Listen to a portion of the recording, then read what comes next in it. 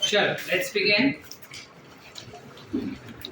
So far we've understood how oxygen gets transported, gets exchanged and all of that. We come for the next concept, which is how exactly carbon dioxide gets transported. We're understanding about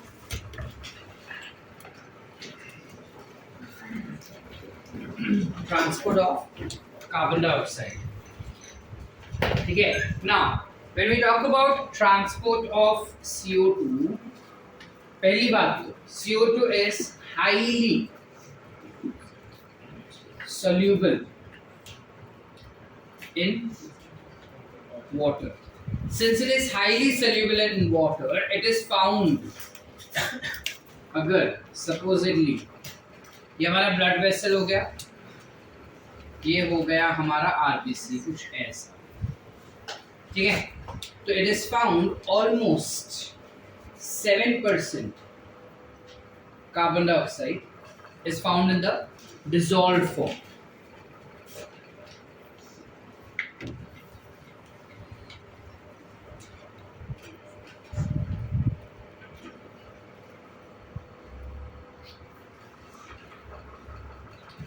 seven percent carbon dioxide जो रहेगा वो dissolve form में दिखाई देगा plasma के अंदर, directly जैसा है वैसा का वैसा डिसॉल्व रहेगा, ठीक है? इसके अलावा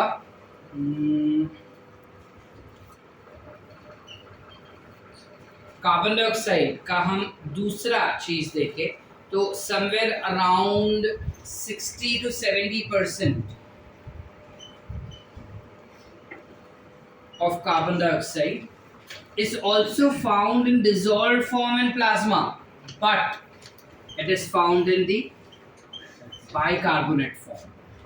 ठीक है? अब क्वेश्चन इज कि ये बाइकार्बोनेट फॉर्म कैसे बनता है प्लाज्मा के अंदर, ठीक है? क्या होता है आरबीसी के अंदर, स्पेसिफिकली आरबीसी के अंदर, अगर ये ऐसा आरबीसी है, you have a reversible reaction that occurs in RBC. Now what is that reversible function that occurs? So you have carbon dioxide plus water molecule that enters inside the RBC. ठीक है? Carbon dioxide और water RBC के अंदर चला जाता है, which gets converted to form H2CO3. It forms H2CO3. What is H2CO3? Carbonate. This carbonate is formed with the help of a particular enzyme called as carbonic anhydrase. Last page पे दिख रहा है या जूम करूं? दिख रहा है? You classify it to be as carbonic anhydrase. However, ये जो कार्बोनिक एनहाइड्रेस एंजाइम ये पर्टिकुलर कार्बोनेट बनाता है ना, या कार्बोनिक एसिड बनाता है, ये एसिड एक अनस्टेबल एसिड है हमें, ठीक है? अब अनस्टेबल एसिड होने की वजह से वो फटाक से टूट जाता है और टूट के बनाएगा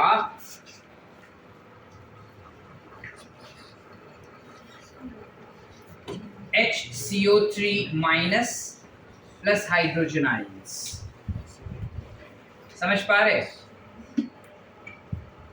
वो टूट के बनाता है HCO3- and hydrogen ions, which is it forms bicarbonates and hydrogen ions. Are we clear up till here? Yes or no बेटा? अब क्या होता है, धीरे धीरे धीरे धीरे करके पहली बात, ये जो हाइड्रोजन आयंस यहाँ पे दिख रहे हैं ना, this tends to bind with hydrogen, this tends to bind with hemoglobin. ये हाइड्रोजन आयंस हीमोग्लोबिन के साथ बाइंड कर लेता है, और हीमोग्लोबिन के साथ जैसे वो बाइंड करता है, haemoglobin gets reduced, and reduced form of haemoglobin shows more affinity towards carbon dioxide. That is the reason hemoglobin will also bind to the carbon dioxide. Did we understand? Yes or no? Yes. I repeat, क्या हुआ? जो carbon dioxide है बेटा, वो अपने को दो forms में दिखाई दिया है, फिलहाल हमने देखा उस हिसाब से। पहला फॉर्म क्या है?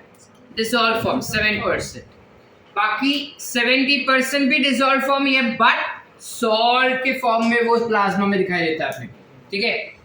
अब सॉल्ट के फॉर्म में प्लाज्मा में कैसे दिखाई देता है वो देखना है अपने को।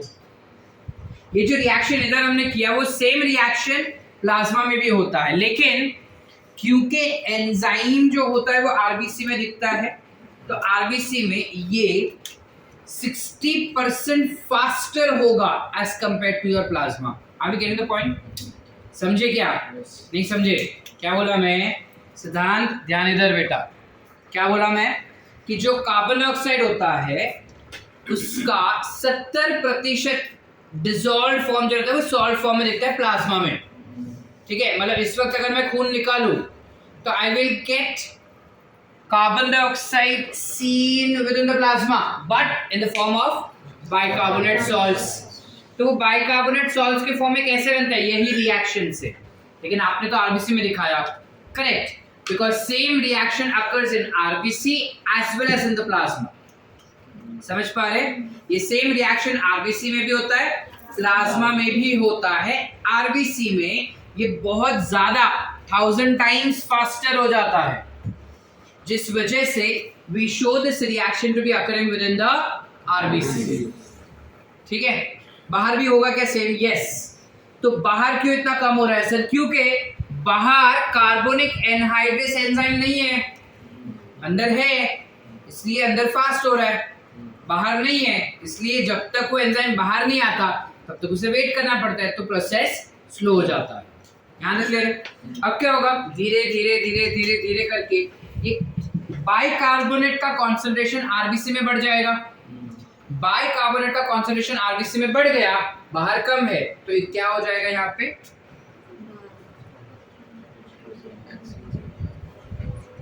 बाहर आएगा ना, अंदर हाई कॉन्सेंट्रेशन, बाहर कम, so this will come outside। और जैसे ही ये बाहर आएगा it will immediately bind to potassium, will immediately bind to potassium, correct? So the structure or the salts become potassium bicarbonate। Are we clear? So it is seen within the plasma।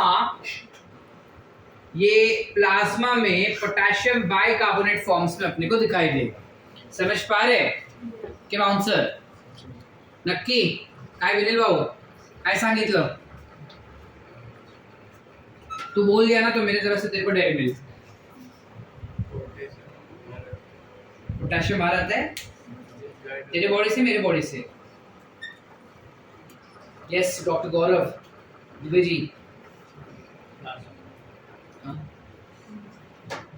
Pause करिए थोड़ा, recording में डांटेगा।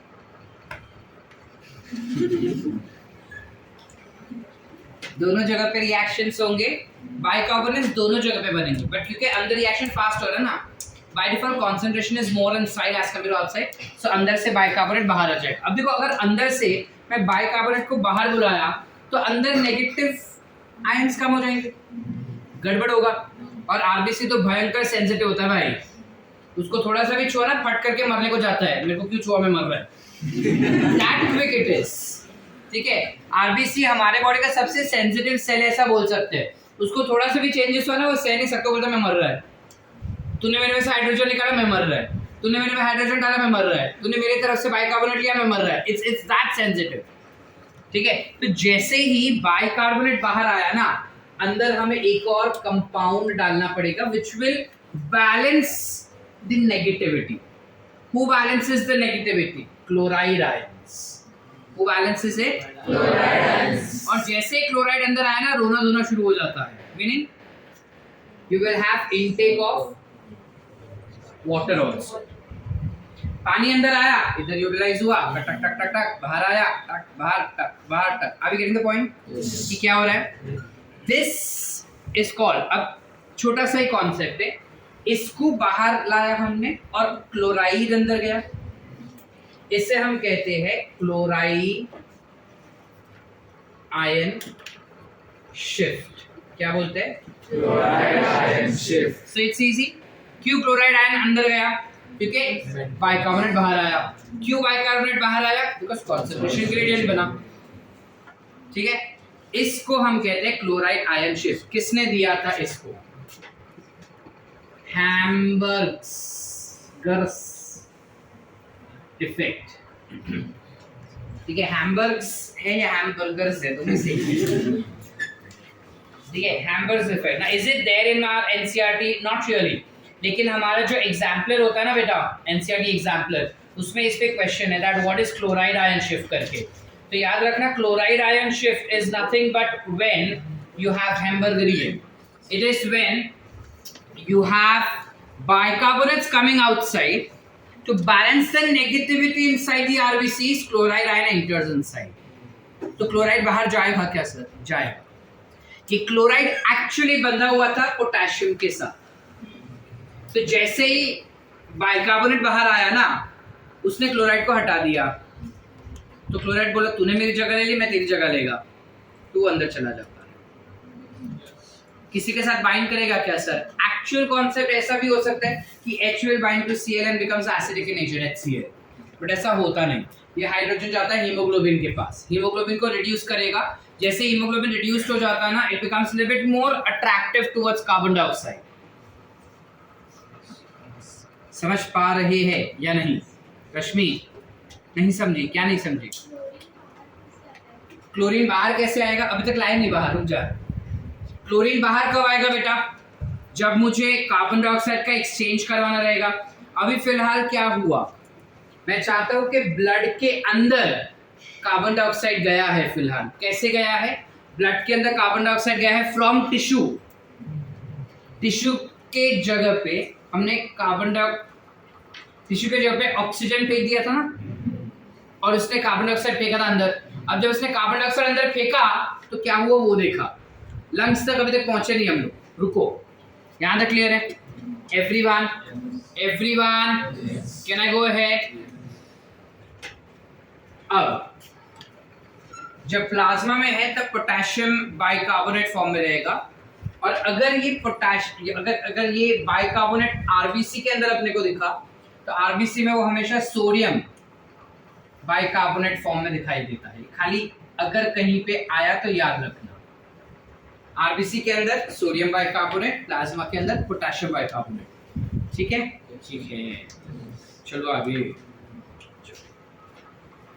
बाकी बचा हुआ और भी है, देखो क्या पूरा कंप्लीट हुआ?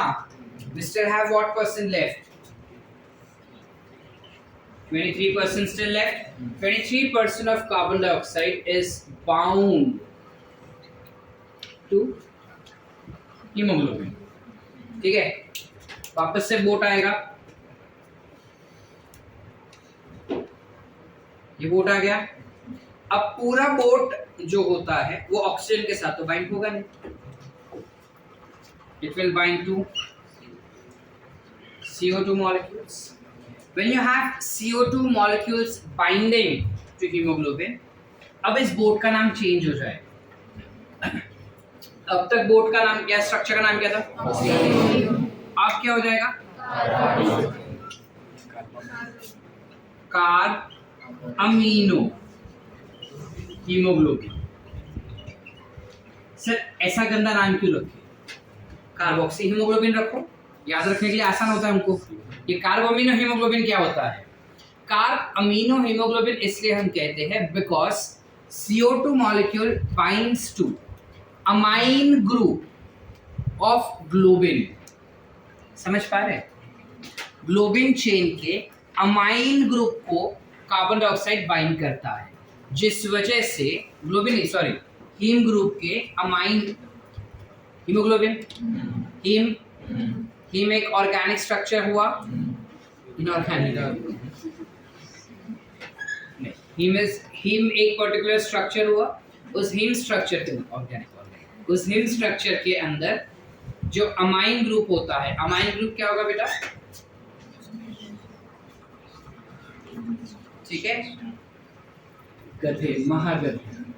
NH will be amine group, NH2 will be amino group, इसलिए अमीनो एसिड में NH2 होता है। NH3 will be ammonia, NH4 will be ammonium. Basic chemistry clear? So जो अमाइन ग्रुप होता है, उस अमाइन ग्रुप को जाके CO2 बाइंड हो जाता है।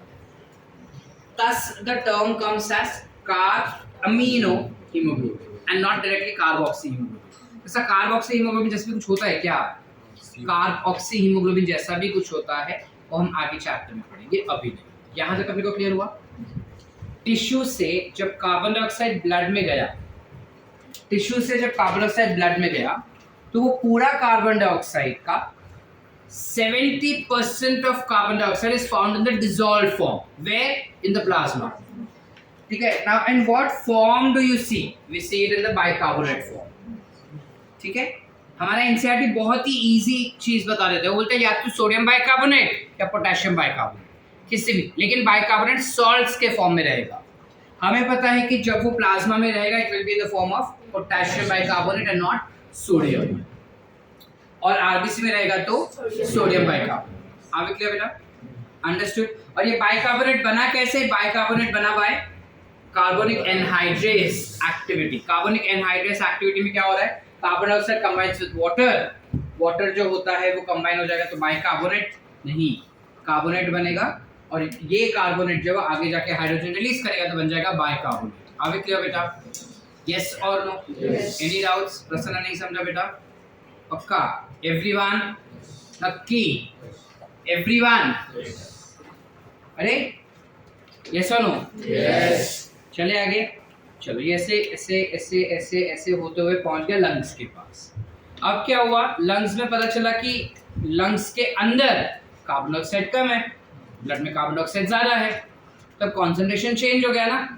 अब जब कॉन्सेंट्रेशन चेंज हो जाता है तो यही कार्बोनिक एनहाइड्रेस जो होता है, the same carbonic anhydrase, because of the change in environmental condition, that same carbonic anhydrase will now break down this bond. It will, what will it do? ये इस बॉन्ड को तोड़ देगा ब्लड में से, और इस बॉन्ड को तोड़ के वापस से वो डाल देगा आरबीसी में। हाइड्रोजन जो था वो इसके साथ जोड़ेगा, ये बनेगा, ये से ये बनेगा कार्बन डाइऑक्साइड, ये कार्बन डाइऑक्साइड फ्री हो गया, this carbon dioxide is throne back into the lungs. Lungs में फ्री फॉर्म में ना कार्बन डाइऑक्साइड, बाउंड फॉर्म में नहीं है, फ्री फॉर्म में है, तो यही कार्बन डाइऑक्साइड वापस से ब्लड में चला जाए, लंग्स में चला जाएगा। लंग्स में क्या टक टक करके बाहर। सेम रिएक्शन उल्टा होता है किधर? लंग्स में। समझ पाए? बाउंसर गया। प्रणाली नहीं समझा? प्रणाली नहीं समझा? देख क्या हुआ, ये जो ब्लड था, एक काम कर, पहले इतना लिख ले फिर दूसरा write down this thing. Tissue से देखो, टिश्यू में क्या हुआ, ये हमारा ब्लड आ गया, ये ब्लड आया, और बाजू में हमारे पास टिश्यू है। टिश्यू के पास बहुत सारा कार्बन डाइऑक्साइड था, वो कार्बन डाइऑक्साइड उसने फेंक दिया ब्लड में। Yes sir. अब जब ब्लड में गया तब 100% गया, जिसका 7% is present in the blood as CO2 only, जो हमने लिखा हुआ। बाकी का 70% CO2 है प्लाज्मा में, प्लस वाटर मॉलिक्यूल तो है ही है प्लाज्मा में। कार्बोनिक एनहाइड्रेस आएगा आरबीसी में से, and it will convert that into HCO3 minus plus H plus ions. I skipped this one point. It's an unstable compound. ये पूरा रिएक्शन जो है वो एक ही एंजाइम करता है, which is carbonic anhydrase. पूरा रिएक्शन एक ही बंदा करेगा, ठीक है? तो ये बन गया। अब ये जो हाइड्रोजन है, obviously it will increase the pH of your blood. First thing. Second, bicarbonate will bind to potassium. When this bicarbonate binds to potassium, KCl था, जिसमें से Cl निकल जाता है, तो Cl is in free form, plus simultaneously बचा हुआ 23% carbon गया आरबीसी के अंदर। समझ पा रहे? या whatever you call it as, कि थोड़ा CO2 जो है वो अंदर प्लाज्मा में भी था, और थोड़ा CO2 आरबीसी के अंदर भी चला गया, और आरबीसी के अंदर ये सेम रिएक्शन उसने किया, जिसके अंदर कार्बन बाइकार्बोनेट जो बना वो भी बाहर आ जाता है। नहीं समझे? Everyone, did you understand? So this tends to come outside. अब ये जो मैं बोला ना कि 70% carbon dioxide is found in the bicarbonate form in your plasma. It is not necessary that entire 70% is formed in plasma. Some of it is formed, or rather I would say maximum is formed in RBC but comes outside. Maximum RBC में बनता है और फिर बाहर आ जाता है। समझे कि नहीं समझे? आरबीसी में बाइकार्बोनेट बहुत कम रहता है, बहुत कम, majority of it will come outside. तो आरबीसी में बाइकार्बोनेट रहेगा भी, तो क्यों रहेगा sir? Because you have to maintain the pH there as well, इस वजह से। Are we clear? Did we understand कि अभी भी बाउंसर जा रहा है? ठीक है, अब ये बाहर आ गया, बाहर आ गया, पोटेशियम बाइकार्बोनेट फॉर्म में रह गया। अब जब अंदर से बाहर आया तो नेगेटिव चार्ज बाहर आ गया ना बेटा, तो उस नेगेटिव चार्ज को बैलेंस करना पड़ेगा। तो बाहर जो KCl का Cl फ्री था वो अंदर चला गया and it maintains a negative charge. तो इन हाइड्रोजन आयंस का क्या असर? मैंने कहा ना, हाइड्रोजन आयन किसको बाइंड करता है? हीमोग्लोबिन, ताकि हीमोग्लोबिन कार्बन डाइऑक्साइड को अपने तरफ अट्रैक्ट करके उसके बाइंड कर सके। ठीक है, अब सारा का सारा CO2 गिर नहीं जाता, जितना CO2 गिरा है उतना कार्बन डाइऑक्साइड ऐड हो जाएगा, खत्म। समझे कि नहीं समझे? वंस मोर और अंडरस्टूड? नक्की? लिखना ही नहीं है तो टाइम वेस्ट क्यों करें हम? चलो ना आगे, व्हाट एग्जैक्टली हैपेंस इज कि ये जो CO2 कॉन्सेंट्रेशन यहाँ पे बढ़ गया है,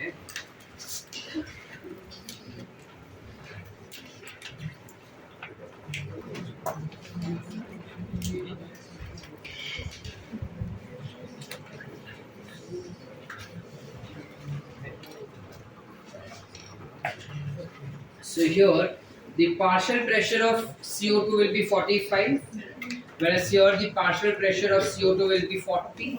Because of difference that we see over here, what will happen is this difference in the concentration that we see will be responsible for reversing this particular reaction. जो reaction हमने यहाँ पे देखा उसका उल्टा हो जाएगा। उल्टा मतलब क्या? यहाँ पे ऑक्सीजन का ज़्यादा concentration होने की वजह से कार्बोनिक एनहाइड्रेस जो है वो अभी रिवर्सिबल रिएक्शन बनाएगा। ठीक है, रिवर्सिबल रिएक्शन कैसे बनेगा इसका?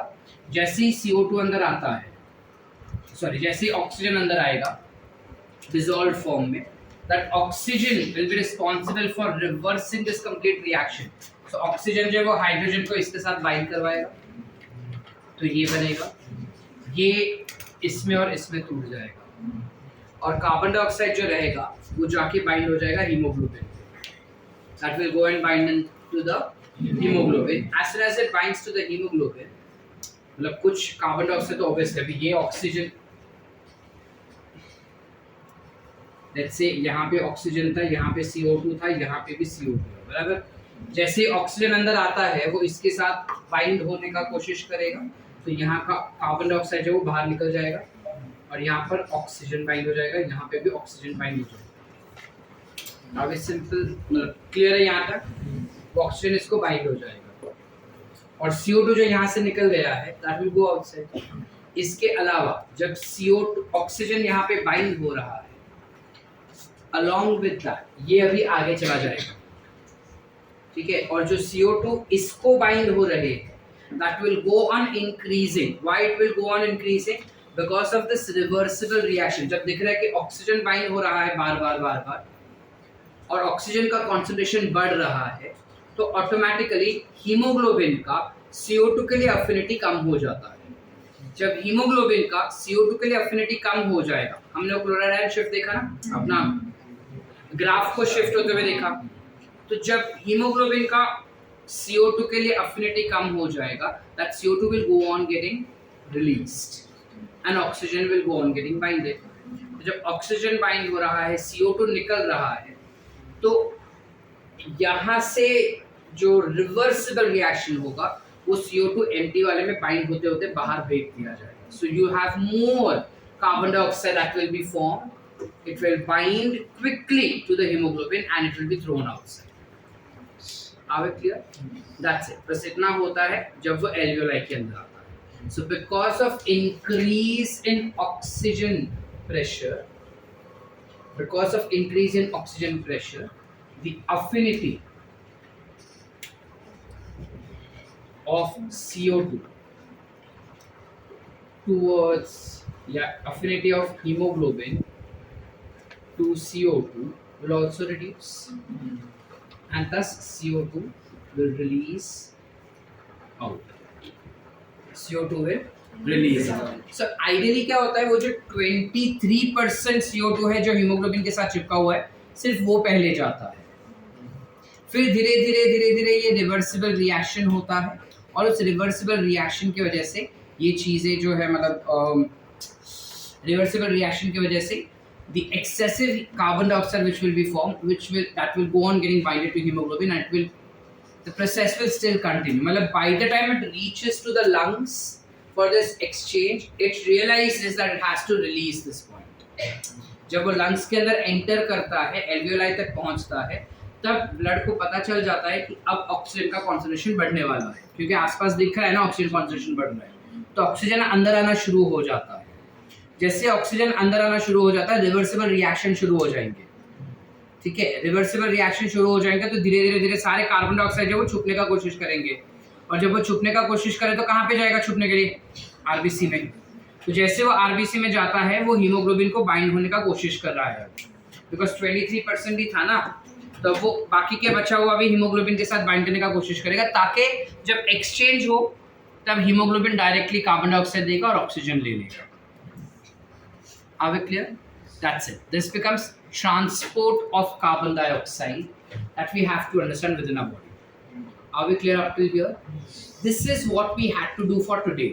Tomorrow we will do a little bit more amount of content. ठीक है? आज पहले इतना अच्छा लिख नहीं रहे ना तुम? चलो, let's go. We'll read up till here. Till the rhyme be on pause करो. When we talk about exchange of gases, what exactly it is trying to explain us? Alveoli have primary sites for exchange of gases. Exchange of gases also occur between blood and the tissue. So oxygen and carbon dioxide are exchanged in these sites by something called as simple diffusion, which is mainly based on the pressure या फिर concentration gradient. Meaning, as said, कि जब हम lungs के बारे में बात करते हैं या blood के बारे में बात करते हैं, जो ऑक्सीजन या कार्बन डाइऑक्साइड होता है, उसका कॉन्सेंट्रेशन बोलो या उसका प्रेशर बोलो, दोनों सेम ही हो जाता है, only in the system outside में, ठीक है। यानी जब वो लंग्स के अंदर आता है या बॉडी के अंदर एंटर होगा, तब उसका प्रेशर या ऑक्सीजन प्रेशर या कॉन्सेंट्रेशन बोलो, वो दोनों सेम हो जाएगा, but not otherwise. solubility of gases as well as the thickness of the membranes involved in diffusion are also some important factors that can affect the rate of diffusion. Correct? Membrane जितना ज़्यादा thick रहेगा, diffusion उतना कम हो जाएगा। Membrane जितना thin है, diffusion उतना fast हो जाएगा। ऑब्वियस है। जैसे अगर मुझको कोई चीज़ को फिल्टर करना रहेगा, और वो फिल्टर करने के लिए मैं अगर जाड़ा पेपर का इस्तेमाल करूँ, तो फिल्ट्रेशन में काफ़ी कम अमाउंट का फिल्ट्रेट मुझे मिलेगा, लेकिन अगर पतला पेपर यूज़ करूँ तो फिल्ट्रेट ज़्यादा मिलेगा। बस कुछ एग्जैक्टली वैसा, समझ पा रहे? Pressure contributed by an individual gas in a mixture of gases is called partial pressure and is represented as PO2 for oxygen and PCO2 for carbon dioxide. So partial pressures of these two gases in the given atmospheric air and the two sites of diffusion are given in the table. And in figure this. The data given in the table clearly indicates a concentration gradient for oxygen from alveoli to blood and from blood to the tissues. ठीक है? So अगर हम नीचे ये पूरा table देखें, can we see the table over here? This is I'll tell you. Then this is for oxygen and this is for CO2. So oxygen का partial pressure within the atmospheric air will be 159 and carbon dioxide का is 0.2. बाकी हमने बताया था कि alveoli में carbon dioxide कम होगा तो 40, डीऑक्सीजनेटेड ब्लड में कार्बन डाइऑक्साइड ज्यादा तो 45, ऑक्सीजनेटेड में CO2 कम तो 40 बैक है, ठीक है, और टिश्यूज में भी CO2 ज्यादा तो 45। ये क्लियर था हमारा? प्लस सेम चीज goes with carbon oxygen also. Oxygen का कॉन्सेंट्रेशन डीऑक्सीजनेटेड ब्लड में सबसे कम रहेगा तो 40, टिश्यूज में भी कम रहेगा तो 40। Oxygenated blood will have highest amount of oxygen 95 और alveoli में तो उससे भी ज्यादा, which is 104. Are we clear up till here? ये हम पढ़ चुके थे, ठीक है। अब वो क्या बोलता है कि यहाँ पे भी इस डायग्राम में भी, छोटा करो इसको,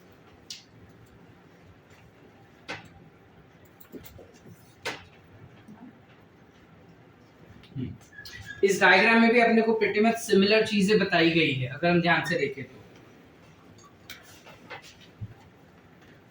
ध्यान से देखो, इसमें भी सेम चीज बताई कि जब एल्वियोलाई का बात करेंगे तो 104 और 40 है। जब वो ब्लड में जाता है तो ब्लड के अंदर ऑक्सीजन का कॉन्सेंट्रेशन जो है वो बढ़ जाएगा, which is of 95 and carbon dioxide reduce होकर 40 बन जाता है। टिश्यूज में जाएगा तो एक्सचेंज ऑफ गैसेस की वजह से CO2 का कॉन्सेंट्रेशन बढ़ जाएगा टू 45, ऑक्सीजन का हो जाएगा to 40 and the concept continues again, ठीक है। नीचे लो। Similarly, a gradient is present.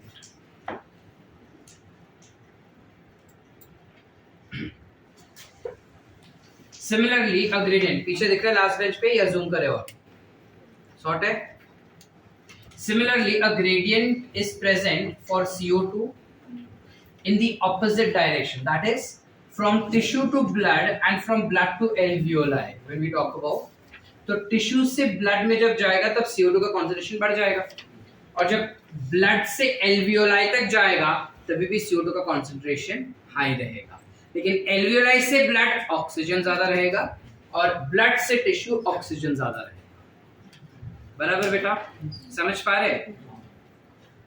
As the solubility of CO2 is 20 to 25 times higher than that of oxygen, the amount of carbon dioxide that can diffuse through the diffusion membrane per unit difference in the partial pressure is much higher compared to that of the oxygen. घुमा के वो सिर्फ इतना बताना चाहता है कि जब कभी भी हम CO2 और ऑक्सीजन के सल्यूबिलिटी को कंपेयर करें तो ऑक्सीजन का सल्यूबिलिटी कम होता है, कार्बन डाइऑक्साइड का ज्यादा होता है। क्योंकि कार्बन डाइऑक्साइड का सल्यूबिलिटी ज्यादा है तो हर एक पार्शियल प्रेशर यूनिट यानी पर यूनिट विच इज पर mm of Hg, difference that you see for CO2 and oxygen, the rate of diffusion will increase. मतलब अगर सपोज ये ऑक्सीजन है और ये कार्बन डाइऑक्साइड है, इसका पार्शियल प्रेशर है 40, इसका है 45, इसका 45 हो गया, 45 यानी 5 यूनिट ज्यादा है। हर एक यूनिट उसका जो डिफ्यूजन रेट है वो बढ़ाते जाता है। That is what it is trying to explain you. Are we clear? The diffusion मतलब जितना ज्यादा डिफरेंस रहेगा डिफ्यूजन रेट उतना ज्यादा, जितना कम डिफरेंस है डिफ्यूजन रेट उतना कम। The diffusion membrane is made up of 3 layers, namely thin squamous epithelium of alveoli, endothelium of alveolar capillaries यानी capillary क्या endothelium layer, and the basement substance in between them, जो हम देख चुके थे alveoli का squamous epithelial tissue, basement membrane as well as endothelium cells. Are we clear? ये तीनों मिला के क्या बन जाएगा बेटा? What do they form? Diffusion membrane, classified to be as diffusion membrane, which is composed of 3 layers. ठीक है?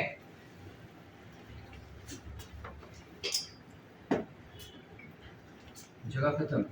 Therefore, all the factors in our body are favorable for diffusion. Okay, sorry. However, its total thickness is much lesser than even a millimeter. Millimeter से भी कम होता है, मतलब it will be in micrometer thickness will be, and therefore all the factors in our body are favorable for diffusion of oxygen from alveoli to tissues and that of carbon dioxide from tissues to the alveoli. ठीक है? Now to understand how exactly transport of gases takes place,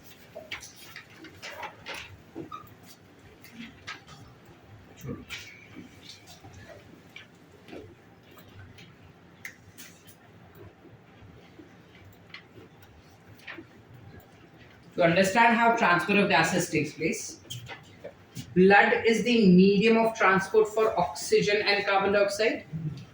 About 97% of oxygen is transported by RBCs in the blood. ठीक है. The remaining 3% of oxygen is carried in the dissolved state through the plasma. ये हमको पता है. जबकि CO2 का बात करेंगे तो 20 to 25% of CO2 is transported by RBCs, very less as compared to oxygen. Whereas 70% of it is carried as bicarbonate. Is it carried as bicarbonate in the RBC or in the plasma? As of it is in plasma, but as of now they have not specified as in our NCERT. In your government textbook they have specified that this will be seen in plasma. So remember that when you appear for your board examination, you're writing that this 70% of bicarbonate is seen in plasma and not in RBC. Whereas the remaining 7% of CO2 is carried in dissolved state through in the plasma. Are we clear? Yes. Transfer of oxygen. How exactly oxygen gets transported? So hemoglobin is red colored iron containing pigment present in the RBCs. Oxygen can bind with hemoglobin in a reversible manner to form oxyhemoglobin. Now while it is forming oxyhemoglobin, each hemoglobin molecule can carry maximum of 4 oxygen molecules. Binding of oxygen within hemoglobin is primarily related to partial pressure of oxygen. यानी जब partial pressure of oxygen ज़्यादा रहेगा तो binding बेहतर होगा, लेकिन अगर partial pressure of oxygen कम रहेगा तो binding कम रहेगा, उसका affinity कम रहेगा. समझ पा रहे कि नहीं समझे? हाय मानसी, जशुति जाग रही है? क्या बोल रहा है वो कि जब हीमोग्लोबिन किसी भी गैस को बाइंड करना चाहता है, चाहे वो कार्बन डाइऑक्साइड हो या ऑक्सीजन हो, ठीक है, अगर ऑक्सीजन का कॉन्सेंट्रेशन ज्यादा तो उसे ऑक्सीजन पसंद है, अगर CO2 का कॉन्सेंट्रेशन ज्यादा तो उसको CO2 पसंद है. वैसा समझा?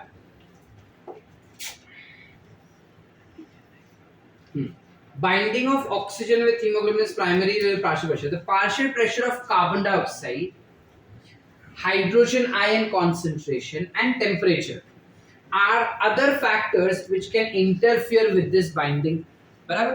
जब हीमोग्लोबिन को ऑक्सीजन के साथ बाइंड करना है तो सिर्फ ऑक्सीजन का हाई कॉन्सेंट्रेशन सफिशिएंट नहीं होता. CO2 का कॉन्सेंट्रेशन क्या है, टेम्परेचर क्या है, हाइड्रोजन आयन का कॉन्सेंट्रेशन क्या है, ये चीजें भी देखनी पड़ती है. ठीक है, जिसमें से बता रहा है कि a sigmoid curve is obtained when percentage saturation of hemoglobin with oxygen is plotted against the partial oxygen. यानी क्या बोल रहा है वो कि जब कभी भी हीमोग्लोबिन ऑक्सीजन को बाइंड करता है, depending on the external factors, when haemoglobin is binding to the oxygen, वो किस तरीके से ऑक्सीजन को बाइंड करता है, इस चीज को दर्शाने के लिए, इस चीज को दिखाने के लिए हम अगर ग्राफ प्लॉट करें ना तो अपने को एक सिग्मॉइड ग्राफ मिलेगा, जिसमें उस ग्राफ के एक्स एक्सिस पे अपने को O2 का पार्शियल प्रेशर दिखाई देगा, यानी कितना कॉन्सेंट्रेशन है O2 का, और वाई एक्सिस पे it will show us how much is the saturation, यानी कितने ऑक्सीजन मॉलिक्यूल हीमोग्लोबिन मॉलिक्यूल के साथ बाइंड किए गए.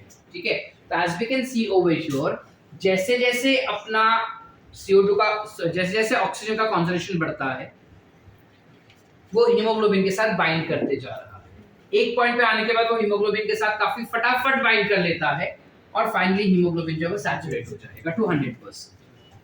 Did we understand everyone?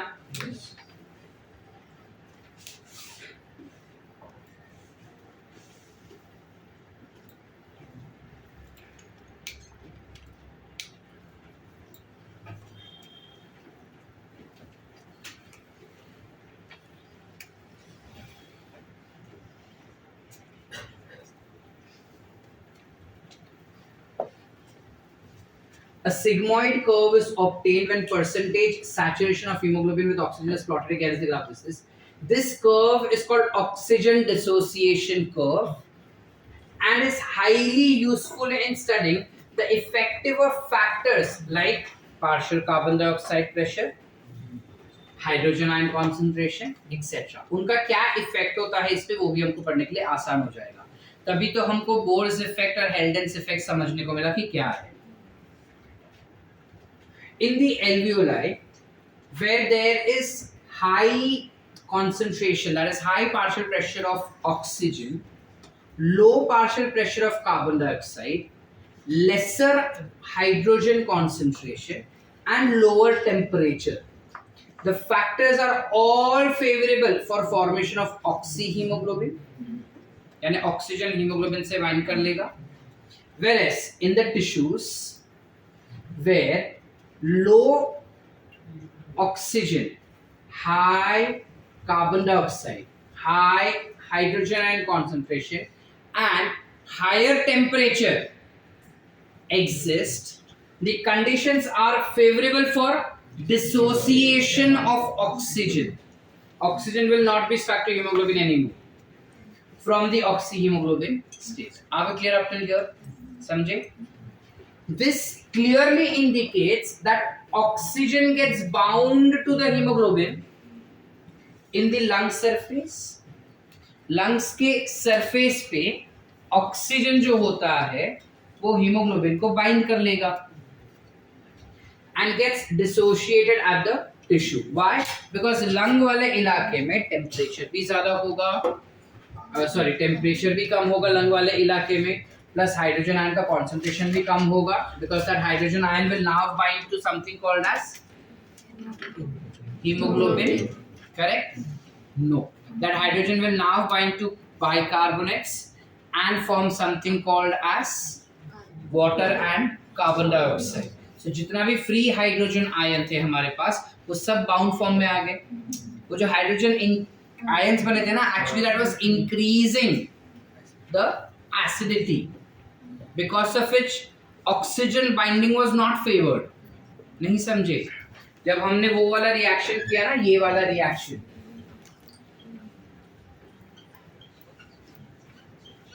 और अपने को मिला क्या, HCO3 minus plus H plus, बराबर। इसमें ये इसका कॉन्सेंट्रेशन बढ़ गया जिस वजह से एसिडिक नेचर बढ़ गया, और एसिडिक नेचर बढ़ जाने की वजह से ऑक्सीजन बाइंडिंग एफिशिएंसी कम हो गया था हीमोग्लोबिन का। ठीक है, और ये ऊपर से ज्यादा के हीमोग्लोबिन को बाइंड करके बोल रहे कि देख में आया, तो हीमोग्लोबिन और भड़केगा और उस ऑक्सीजन को फेंकने का कोशिश करेगा। तो जब वो उस ऑक्सीजन को फेंक देता है तो कौन आएगा अभी, CO2 will come and bind. Are we clear? That's what happened over here.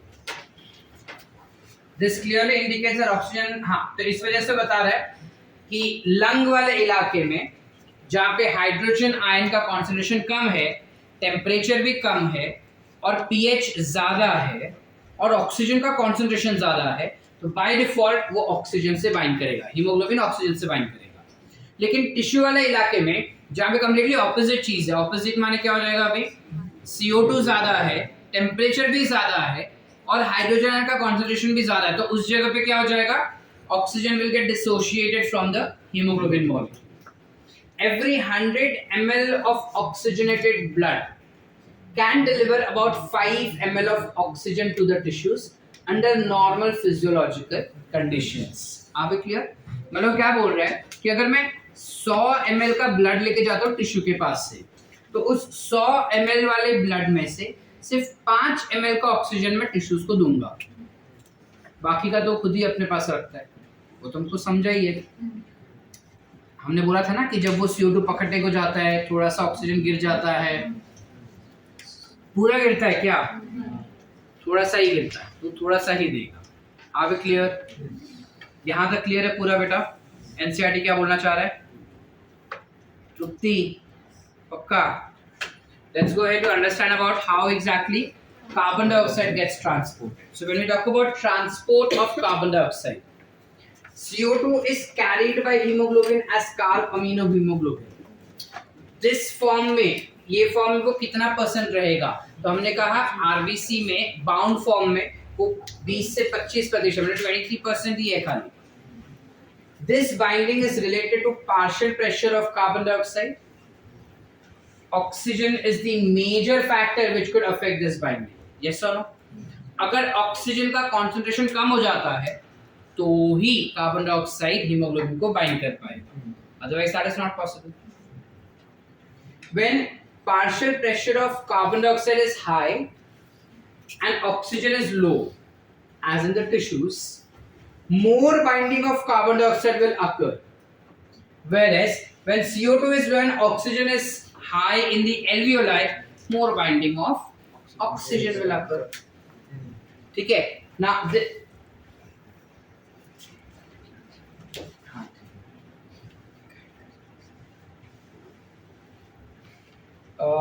In alveoli, dissociation of carbon dioxide from carb amino hemoglobin.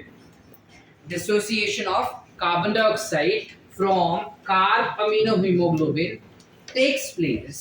That is, CO2 which is bound to hemoglobin from the tissues is delivered at alveoli. RBCs contain a very high concentration of enzyme called as carbonic anhydrase, and minute quantity of same is present in the plasma too. This enzyme facilitates the following reaction as we can see over here.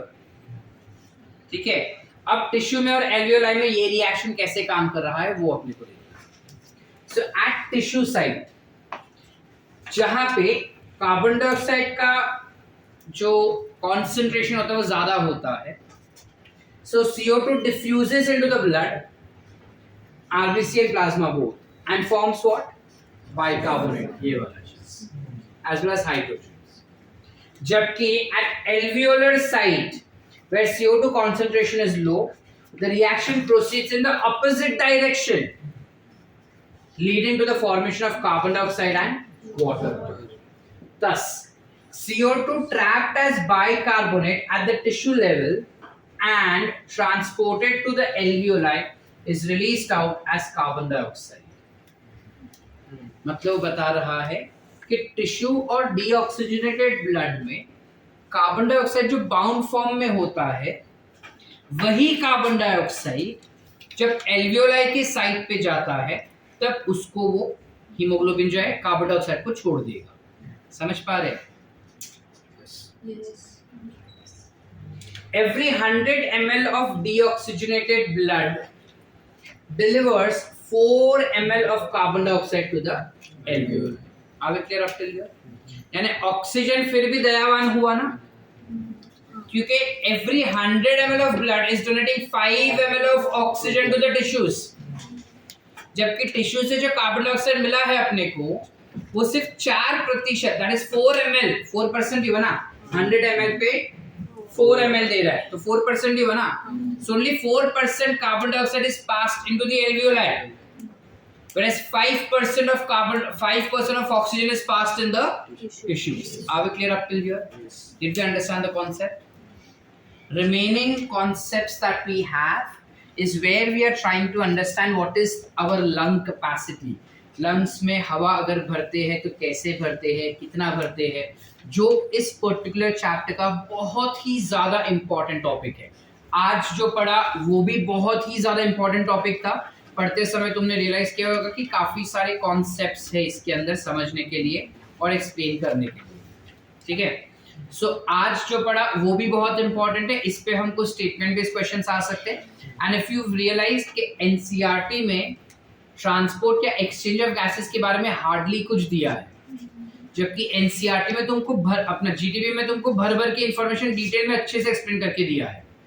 सो अगर कहीं पे भी अगर हम अटक रहे हैं कि ये कॉन्सेप्ट मेरे को एनसीईआरटी का समझा नहीं, टेस्ट के समय का बात कर रहा हूँ, इमीडिएटली जीटीबी ओपन करो and read that particular thing, तुम्हारे कॉन्सेप्ट्स क्लियर हो जाएंगे। बिकॉज सेम चीज जीटीबी में एलैबोरेट करके दिया, मतलब यहाँ पे जो आपने को बताया ना कि only 3%, 7% is transported in the dissolve form with in this list, वही चीज गवर्नमेंट टेक्स्ट बुक में एक पैराग्राफ में दिया हुआ है। So that becomes easier for us to understand what it is. ठीक है, अगर बाई चांस हम नहीं लिख रहे हैं बुक में कुछ तो क्लियर है, सॉर्ट है यहाँ तक। So tomorrow will go ahead and go for one more important topic जहाँ पे तुम्हारा मैथ्स थोड़ा स्ट्रॉन्ग होना चाहिए, प्लस और माइनस तुमको आना चाहिए। तो घर पे ना ऐसा 3-4 प्लस माइनस के सम्स सॉल्व करके देखना, ताकि कल हमारे कैलकुलेशंस फास्ट हो सके। And tomorrow we would wind up with this chapter. इसके MCQs will solve it by yourself and next week on Monday or on Tuesday we'll have an online lecture where we'll be discussing about it. ठीक है, जो भी doubts रहेगा इस chapter के MCQs का वो हम ऑनलाइन सॉल्व करेंगे. ठीक है, चलो.